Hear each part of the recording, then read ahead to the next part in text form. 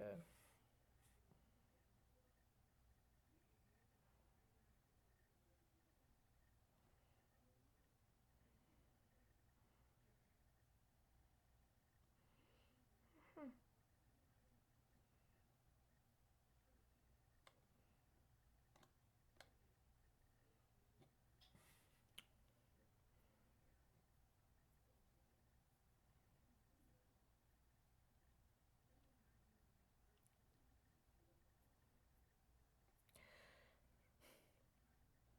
Okay. Well,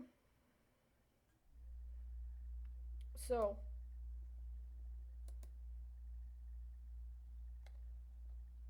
okay. So if I'm correct in what I'm tracking now, I believe now that a failure to adequately address the terrorist attack in Bangladesh was allowed to be leveraged for, among other things, a terrorist attack that occurred in Donetsk that killed a man by the name of Zaharshenko, if I'm correct, and another person he was with. I was real time aware of the hit not being called in that region. Let's put it that way. And I believe there's a direct connection in some manner, way, shape, or form with the refusal to address, investigate, and shut down the syndicate responsible for not only the terrorist attack in Dhaka in July of 2016, but the later terrorist attack here in Dallas that killed 5 police officers. Although it was a different kind of attack, it was a part of the same tranche of transactions.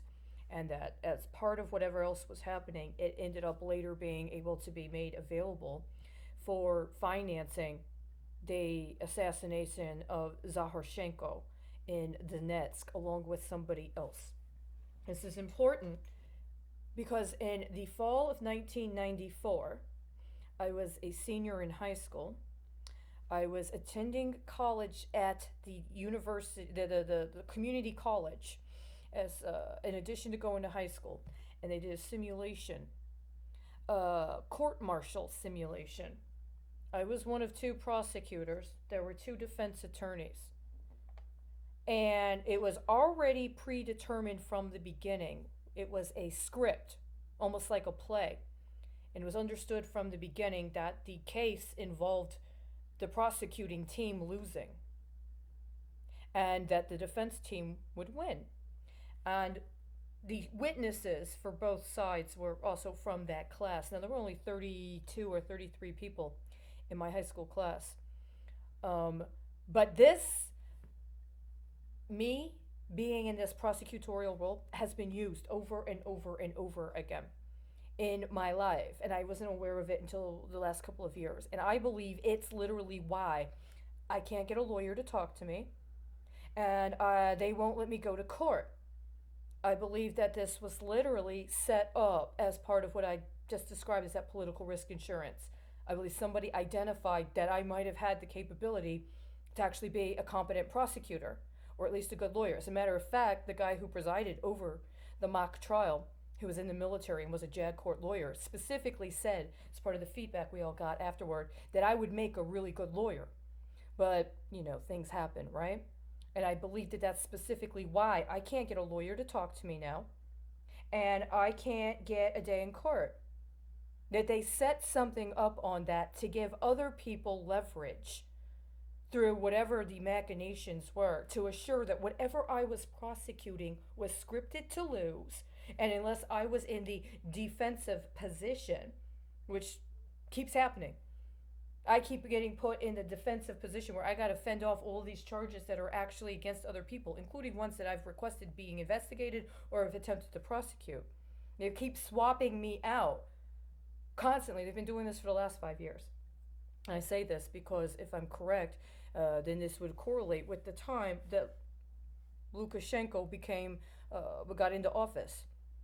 And while it may not have at that time been directly connected to him, in the course of setting up multiple rationales including ones that would be connected to what I now understand to be a process of inuring me and other people from that class into specific and strategic relationships with decommissioned assets associated, or the decommissioning of the Soviet Union and the parsing out of certain assets that, if I'm available and this option exists, and all I've been able to do in the last 10 years that could potentially be leverageable is what ended up happening, then it would make sense if someone is trying to use that to their advantage. Now, just so you know, there's also the Venezuela matter. There's also the fact that nobody wants to talk about what happened to Congressman Tejeda, right? Congressman Tejeda here from Texas. Nobody wants to talk about that, right? Even though that's been used as political capital for quite a few people. And in the course of them using that for political capital, they've returned to me to get what they had as a interest in Venezuela. And nobody's talked about that. Everything else is supposed to be subordinated to the interests that were the named reference points that were literally connected to the very brokerage I've been trying to get somebody to investigate for the last 4 years.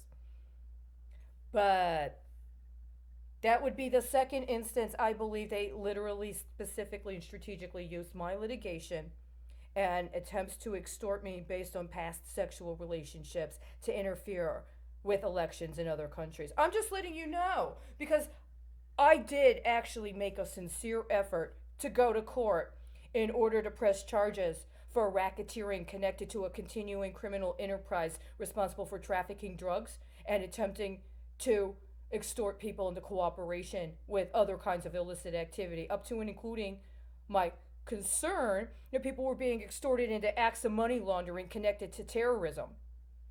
Just so you know. I was sincere when I said I wanted to run for office, because then maybe somebody with that kind of a way about them might be able to get into office without having to do whatever it is these bar societies do to make the legislative process a completely closed elite elan that doesn't actually do their job as legislatures, but it seems rather just volleys the political and human capital they've acquired from their former clients and whoever their campaign funders are to basically fleece the rest of us. Just so you know. You might be the same way. Were you somebody that sincerely had a capacity to engage in legal argumentation or analysis of laws and thought that you might advocate on behalf of yourself or other people for justice? Were you somebody that actually thought you might be competent and capable of creating or crafting legislation that spoke to people's actual material needs? You might be that kind of a person. Hi. Hello? Hello.